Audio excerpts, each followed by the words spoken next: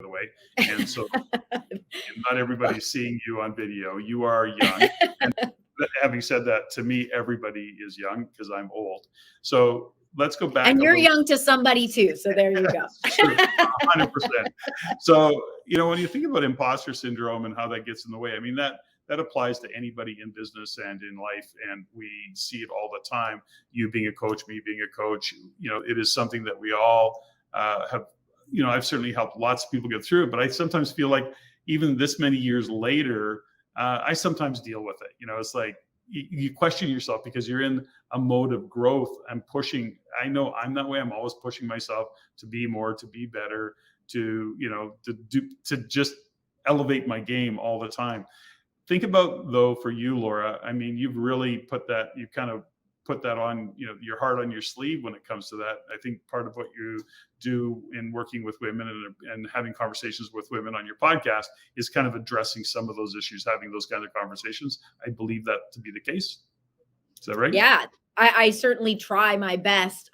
What I've kind of found is, oftentimes when people, when they're feeling insecure, at least what I found is that they suddenly their ego comes into play, or it's the fake it till you make it, and no one wants to be vulnerable. And so you'll start to see a lot of people where like they put on a facade, they put on this front, right? And what I'm trying to do is say, let's take down those walls a little bit. Like, let's take off the armor that we've built up over time, and let's say, like, guys, I'm scared too. Like, I'm going to be honest with you guys. Right before we got on, Patrick, I went to the washroom and I got myself some water, and I was like, I'm nervous. Like, I can't believe I'm going to be on a podcast with someone of your caliber, and the amount of views that you get and everything, and how much experience you have. That's nerve wracking. And the reason I'm saying this to people is not because I want anyone to feel sorry for me or anything like that, but it's about doing it anyway. Right. So I always say it's like the little kid on the diving board who doesn't want to jump in the water, who's so scared. Right. And us as parents, well, if you're a parent, you're listening, and you're egging your kid on, you're like, you can do it, you can do it, you can do it. And then the kid finally jumps and their head pops out of the water and they're like, oh my God, with the biggest smile on their face. And they realize they could do it. Unfortunately, somewhere along the lines, as adults, we just stopped putting ourselves in those situations. We get really comfortable. We don't want to be on that diving board anymore. That we dealt with all those things. But unfortunately, then you kind of really stop growing. And so, I feel like it's my job to try to like help people look in the mirror and say, like, what is the problem? And usually the problem is somewhere inside of themselves. People come up with all sorts of excuses. I hear them all day long. Laura, I don't have the right equipment. Laura, I don't have a team. Laura, I don't have access to pre-construction units. Whatever the excuses, and they're all just excuses, but they're all obstacles that we just have to work around. And generally speaking, I find the obstacle truly is their fear. They don't want to make the uncomfortable phone call. They don't want to put themselves on camera. They don't want to go and sit at the developer's office and bother the crap out of someone long enough until they get units or whatever it is. They're all just obstacles, right? And I think if we can kind of, a lot of people don't even know it's fear. Like I've said it, and I'm going to be honest, it's a lot of men that I've dealt with, and they'll say, well, do you think you're scared? I'm not scared, because that's what we've taught men to be, not fearful, or like they can't be fearful.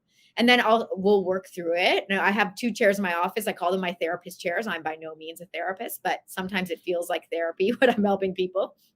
And we'll kind of work through it. And then at some point they're like, well, I don't want people to judge me. I don't want to start a podcast because I worry what my friends will think.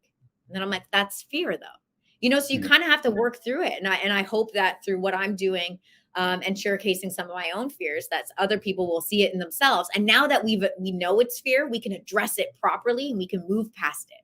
It's such a great conversation to have in my world. I kind of go always in that direction in my own coaching with people, because it's not really, I often say it's not about what you do, it's about who you are. And what people fear is really being authentic. And then people won't like me so they hide behind what they do, or they try to create the view of this is what I do and it's really important. Well, focus less on what you do. You've got those gifts, you've got those skills, you've got those competencies. But if you really want to create great relationships, you've got to get confident and comfortable with who you are. And you start to lead with who you are, because then you are attracting people who are actually in alignment with who you are, and not some persona or not some what I do, although that's a service you provide. But in terms of relationship, it really is something to tap in and let people tap into who you really are. And that actually then says, well, given who you are, tell me more about what you do, because I'm really interested in who you are, and I'm really interested in what you do now that I know who you are.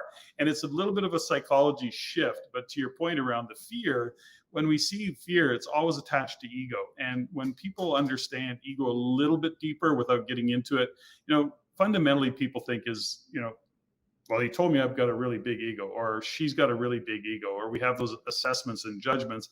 We usually relate it to arrogance and, or, being a braggart or being full of themselves. And while some of that is definitely true, ego is about identity. Ego is your identity. And the thing about ego is it's designed to protect itself. And it's either going to elevate itself or it's going to have itself play small if you're not aware. And it's trying to protect itself from being shamed, from being embarrassed. It's trying to protect itself from being called out, made wrong. And that's where all that identity kind of really gets in the way of things. It's really our ego. So as much as we have fear, and I say this to people all the time, and I think you will see it as well. If you ask somebody that you're working with and say, well, what's up with you? And they go, well, I'm just really afraid of failure. And I will say, no, you're not. You're not afraid of failure. You're actually afraid of the judgment that you think you're going to be put under the microscope with friends, with family, with peers, because you didn't get the result that you said you wanted. That's the fear, because failure is very, very rarely catastrophic.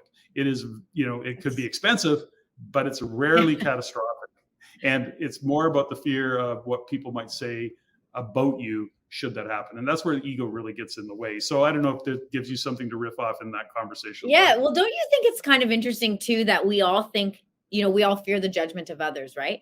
But I think that's our ego playing in it as well, because why do we think that what we do is so important to other people, that they're like sitting there just at home, like, oh, I can't wait until Patrick fails and I'm just going to watch this disaster happen. And then when he fails, I'm going to think about it and make fun of him behind his back. Like, we're all the hero in our own lives. We have to realize, like, we're not the hero in other people's lives. They're the own hero in their lives. And they're not thinking about us as much as we think they're thinking about us. Now, that's not to say people aren't judgmental. I'm not saying no one cares what you do and no one's judging you. You've made that up in your head because, like, I judge people. Like, that's human nature. You make quick judgments. You put people in boxes. You try to label people as this and that, because that's how we can organize the world as quickly and efficiently as possible. But when you actually think about it, once I've done the judgment, and hopefully I catch myself and say, Laura, like, what are you doing? That's usually to make me feel better about myself because I'm insecure. I've then moved on, and now I'm thinking about myself, and I'm like, shit, I failed once too, like that. Maybe I shouldn't have been so hard on them. And now all of a sudden I've turned it around. I'm thinking about myself. So, to have the fear of others hold you back is just not a good enough excuse, because no one's holding you back. No one's judging you as much as you think. People say, well, my family's going to judge me and they say mean things. Yeah, but hurt people hurt people. And usually it has something more to do with them and where they're at in their lives. And there's nothing worse than like a crab in the bucket, right? Like, when people feel low, they want to keep their friends and their family low too. They don't want you to be so successful, because you're going to leave them and you're going to be beyond them. And people worry that you're not going to even want to relate with them anymore, and they want to keep you close. It's usually from a place of love. But you gotta be careful with who you tell your dreams to and who you say things to. I used to share a lot more about my dreams and my ambitions with people, but I found I just wasn't getting the type of feedback that I wanted. And I take people, like, I respect other people's opinions, particularly my friends. And so I had to kind of say, look, like, it's not serving me to tell people everything I want to accomplish and then have them tell me what all the things that could go wrong. That doesn't serve me. So now I keep more things to myself. I surround myself with people who have similar goals. And then and it's funny, then you meet other amazing people who have same goals, just like how you and I met. And things start to become the opposite. It starts to be a positive spiral instead of a negative one.